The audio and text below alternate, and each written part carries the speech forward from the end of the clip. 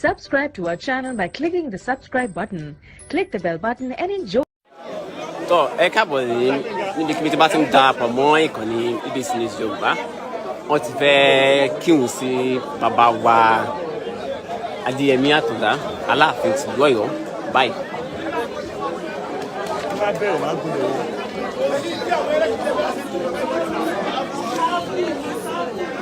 Iwájú ààfin bàbá wa Adéyẹmí Àtàndá lọ́wọ́ báyìí níbi tí wọ́n sì ṣe ń tò gẹ́gẹ́ bí ẹ̀sìn mùsùlùmí.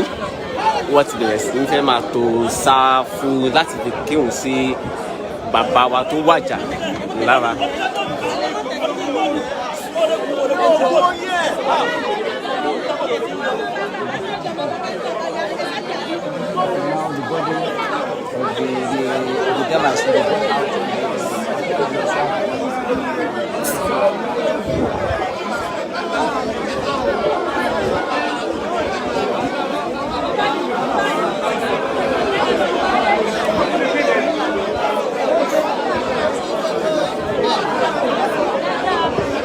Tó fún àǹfààní àwọn tó ń ṣe darapọ̀ mọ́ wa ìkànnì BBC News Yorùbá lẹ ti ń wo ìran yìí mẹ́ta ti wà ní ààfin ti ìlú Aláàfin Ọ̀yọ́ ọba Adéyẹmí. Ní báyìí àwọn ẹlẹ́sìn mùsùlùmí wọ́n ti péjọ síta tí wọ́n sì ti bẹ̀rẹ̀ láti máa pé ìrun láti sin bàbá ní ẹ̀sìn ti mùsùlùmí.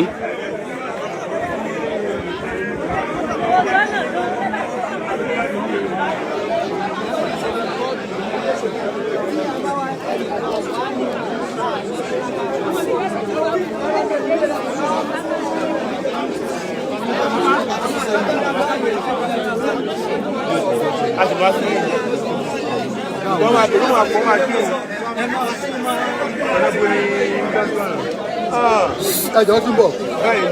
Tọ́ ọ ti ń gbé bàbá wa bọ̀.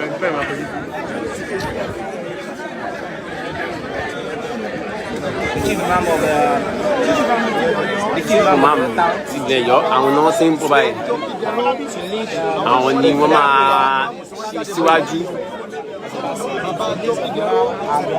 Hello, ẹ̀gbọ́n. Wọ́n dẹ̀ ń ṣètò bí wọ́n ṣe tí òun tẹ̀lé ìdájọ́ fún bàbá yìí lọ́wọ́. Àwọn ìmáàmù náírà pẹ̀lá nílẹ̀ ọ̀nà àmì jáde tó ń ká àwọn lẹ́nu tó ń jáde ní gbogbo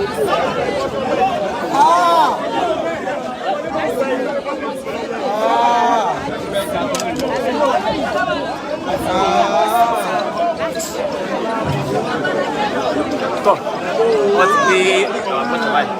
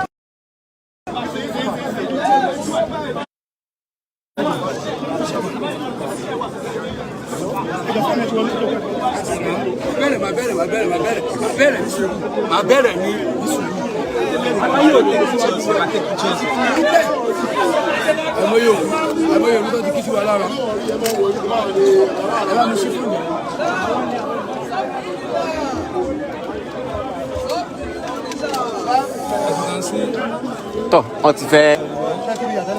ti fẹ́ gbé wọn.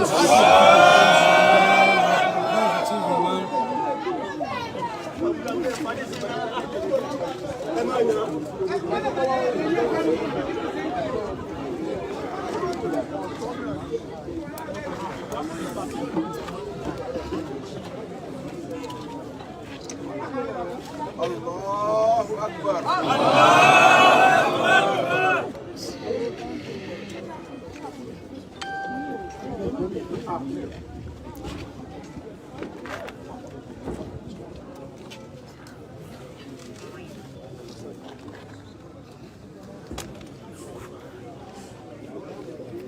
Allahu Akbar.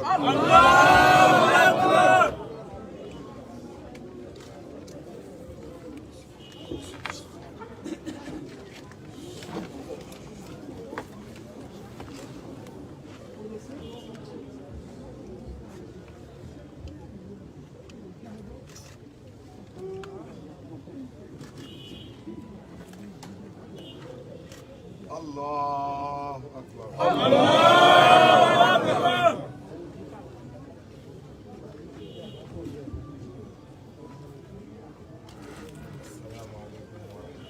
Assalamu alaikum wa rahmatullah. Assalamu alaikum wa rahmatullah. Assalamu alaikum.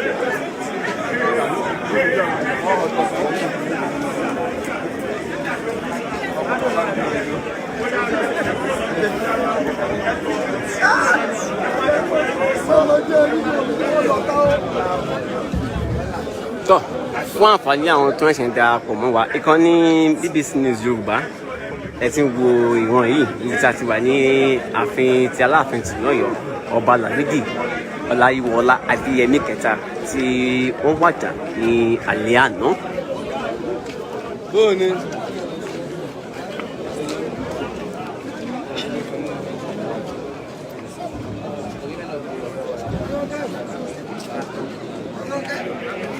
Wọ́n ti kírun sí bàbá ikú bàbá yìí lára báyìí wọ́n ti gbé wọn wọ sínú ọ́ọ̀lù wọn láti lọ ṣe àdúrà ìgbẹ̀yìn fún wọn kí wọ́n tún lọ sí ibi tí wọ́n ti máa fi eérú fi yẹ̀pẹ̀ fún yẹ̀pẹ̀.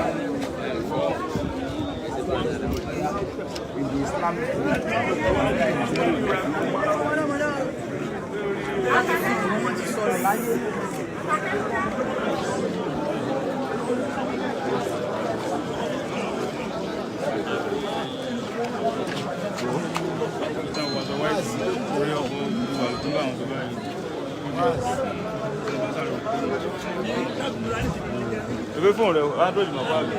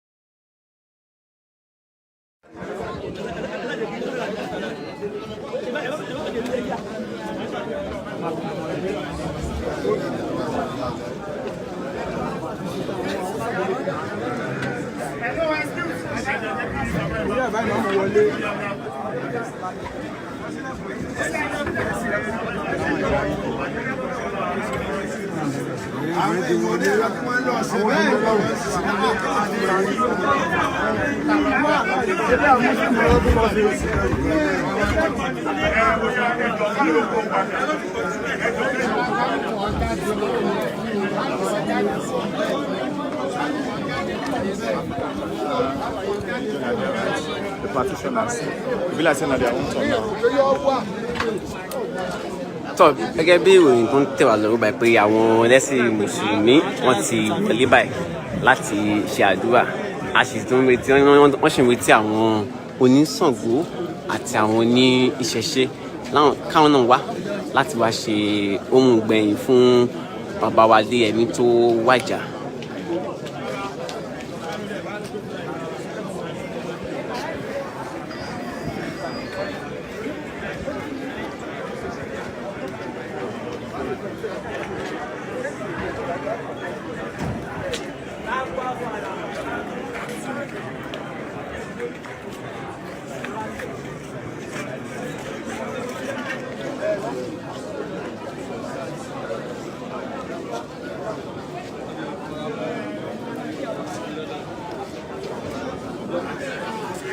tọ́ àǹfààní ò sí fún wa láti wọnú ibẹ̀ náà nígbà tí wọ́n sì ti tilẹ̀kùn tó wọ́n gbà kí àwọn oníròyìn wọlé ṣùgbọ́n a mọ̀ pé tó bá ṣe tán a sì máa mọ nǹkan tó ń lọ àti ibi tí wọ́n máa lọ tẹ́ bàbá sí.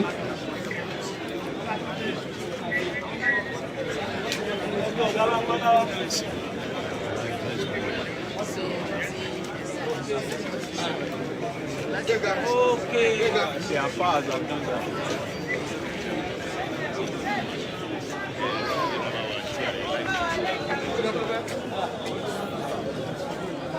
Ìkànnì BBC News Yorùbá la ṣì wà báyìí ṣùgbọ́n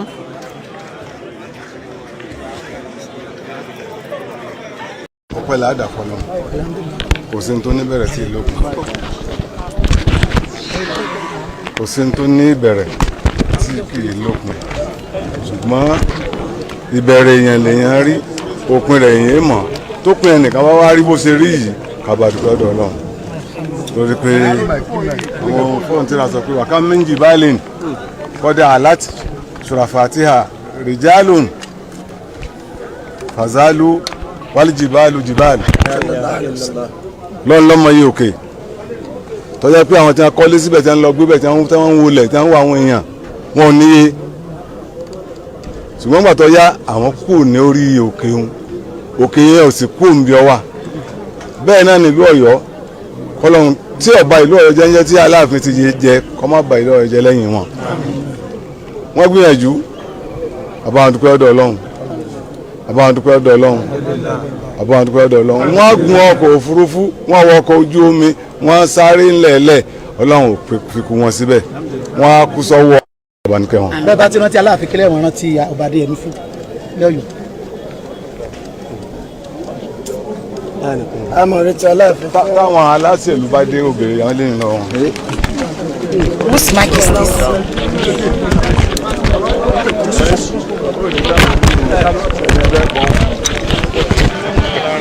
bàbá ò ní ọ̀dọ̀ bàbá ò ní dáhùn tó ń ṣe ẹ̀yìn.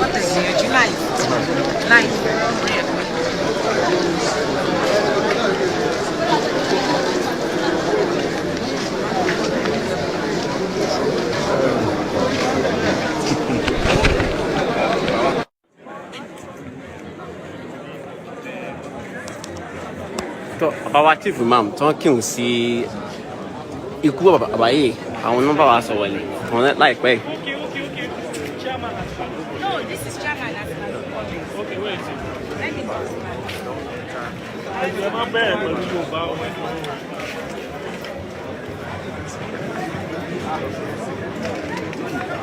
ẹ ká sẹ́yìn ẹ ká sẹ́yìn.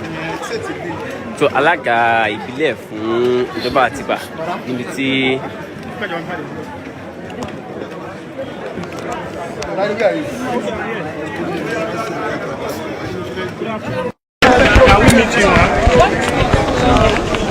Honorable Afilat Mojisola Alaafin, the Executive Chairman of Atiba Local Government.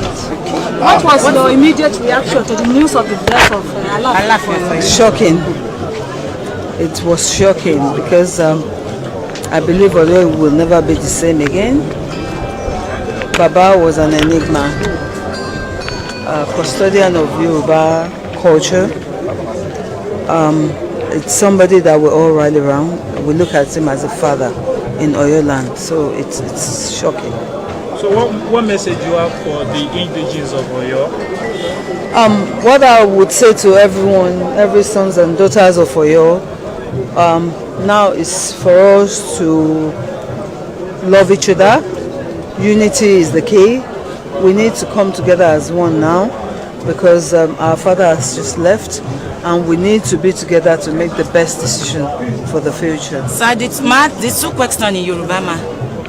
Kí ni kan tí ẹ fẹ́ sọ nípa ìpapòdà Aláàfin àti ìmọ̀ràn yín fún àwọn ọmọ ìlú Ọ̀yọ́? Nígbà tí mo gbọ́ láàárọ̀ ó mú mi lára gan. Ìpapòdà bàbá ó jẹ́ nǹkan tó bà wá lọ́kàn jẹ́ gan nílùú Ọ̀yọ́ because bàbá dúró fún symbol peace and unity ní Ọ̀yọ́ àti ní Ọ̀yọ́ state àti ní Yorùbá land as a whole. A kàn gbàládùra pé iwájú tó dojúkọ kó máa lè ẹ̀yìn tó sì fi sílẹ̀ kó má bàjẹ́. Ìmọ̀ràn yín fún àwọn ọmọ ìlú Ọ̀yọ́? Ìmọ̀ràn mi fún àwọn ọmọ ilẹ̀ Ọ̀yọ́ ọmọ Ọ̀yọ́ ní ọkùnrin lóbìnrin ni pé àsìkò tó fún wa ń sìn láti fọwọ́sowọ́pọ̀ this difficult time kájọ wà together so that I will make the best decision fún ọjọ́ iwájú. Thank you so much, ma.